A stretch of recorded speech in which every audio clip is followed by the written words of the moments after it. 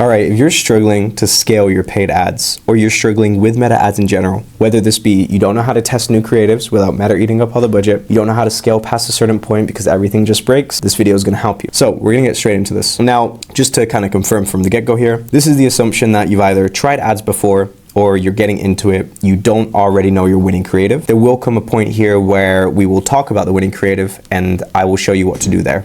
Awesome. So step number one is we're going to create a campaign inside of Meta. Who would have figured, right? Now, this campaign, what we're going to go ahead and do is we're going to run something called an ABO campaign. So you're going to have two options. You're going to have campaign budget optimization and you're going to have ad set budget optimization. Now we're going to run the ad set budget optimization, ABO. Great, right? Now, what are we going to do next? So next is our ad set. This is our ad set. And what are we going to do inside of our ad set? We're going to do a couple things. Number one, your targeting equals broad. To start with, you have no data. You can go ahead and try to guess with interests. Meta will end up going outside of that zone anyway. It just kind of uses it as a starting point. You might as well just go broad. Exclusions, always exclude existing users for your software, okay? Software, whatever you're running this ad for, exclude the users. I don't know, free trials, purchasers, even booked appointments, because let's be honest, you don't want the same person booking over and over again, stealing all the value. Location, the country you're in, and that's basically it. So then if we go down a bit further, we're gonna run this ad set at $50 per day, okay? There is a reason for this amount, right? So that's gonna be your ad set done. Now, after that, the next thing we're gonna go ahead and do is we're gonna go to the creative level. And the creative level is gonna look something like this. There we go. Awesome. So the creative level is gonna look something like this, right? And what is this? These are 3 different creatives inside of your ad set, okay? Now, creative number 1 might be a founder story, a founder explaining the product. Creative number 2 might be a demo product video. Creative number 3 might be an us versus them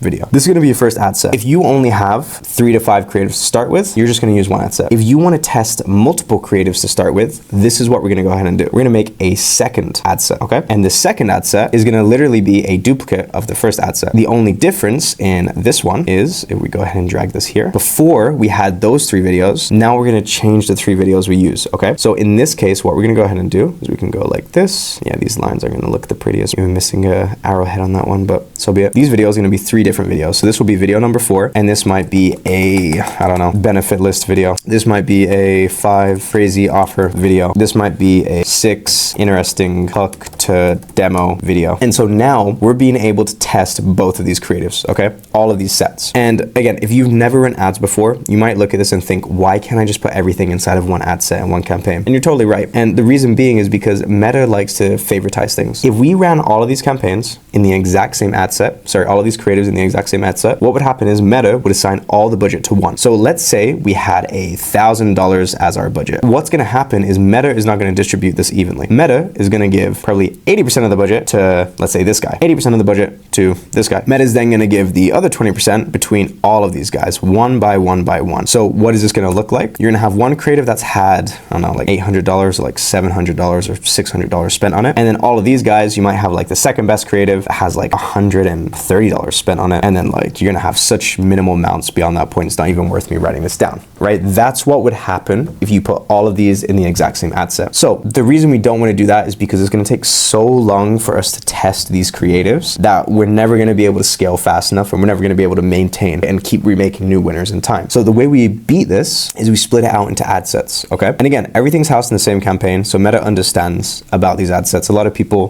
get concerned saying, well, if I put it in separate ad sets, is, the frequency gonna be this, or is that gonna be, it's okay. It's best practices. Everyone does it. Don't worry, you're fine. So what's gonna happen? When we do it this way, we're typically gonna find one creative in each ad set that is the winner. If these creatives meet the stats you want, aka they get the cost per lead or the cost per acquisition or the ROAS that you're desiring, great, they're a winner. So in this case, it might be the demo product and it might be the crazy offer, let's say. What are we then gonna do after that? That is a great question. Step number 1, we're gonna take our structure that we have here and we're gonna make a new campaign, right? We're not gonna copy this, we're just gonna make a brand new one. It's gonna be a campaign. You can copy it, but making new one's fine. And instead of doing this whole ABO thing, we're now just gonna do CBO. And CBO in the long term is gonna be so much easier for us because Meta is gonna do all the optimizations and the allocation of the budget. The only reason we're doing this is because we wanna give every creative a chance, because we wanna know which creatives we need to make more of. If we do it this way from the start, we only have one winning creative, and by the time Meta moves away from it to test other ones or it fatigues, it's kind of too late at that point, right? And so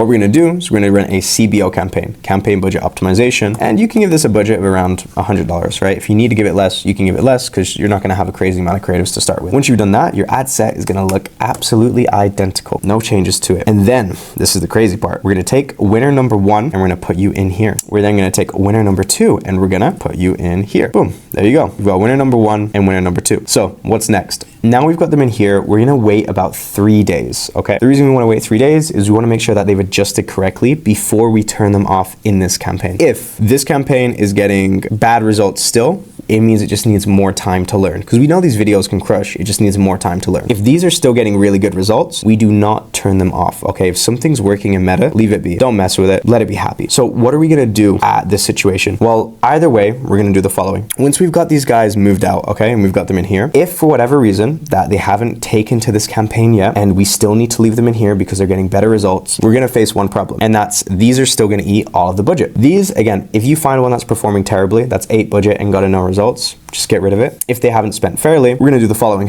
And the following is this. We're going to make a new ad set and we're literally just going to put these in. Now, you will know which ones are bad. I think it's very, very rare that you won't be able to identify out of these which one isn't good. And so what we're going to do is the ones that haven't spent, I'm just going to turn them off inside of this ad set, and we're going to start moving stuff into this one here. And now what's going to happen is these ones are now going to get allocated all of their budget, right? Like we want, because they're winners. Of course we want that. And all the bad creatives, or the creatives that weren't spending, aren't going to be affecting the campaign anymore. Let's just say in this instance, this was a bad creative, so we get rid of it. And now we've got 3 new test creatives, and we're going to repeat this cycle again. And that's literally it. That's this entire structure. And every time you find a winner, you're just going to take it and you're going to put it into your winning campaign. Now, later down the line, we can do this with things like audiences, etc., retire, whatever we want to do. For now, we're going to keep it as simple as possible. Now, the most important part of this video is this last part, and that's remixing your winning creatives. The only purpose of this process is to find winners. And that's really, really important to understand. We're finding winners. When we have a winner and we move it to here, our job is not done. Our next job is to take this winner and diagnose it. We want to remix this winner. We want to remake this winner, and we want to have new ideas based off this winner. We want to record all of those example videos that are similar to our winning campaign, and we want to then put them in an ad set. Now, to confirm, in your ad set, if you really want to, you can have up to 20 creatives at $100 a day ad spend. Like, that's fine. If you have that many creatives to start with, put them in. If you have 20 test creatives, do it.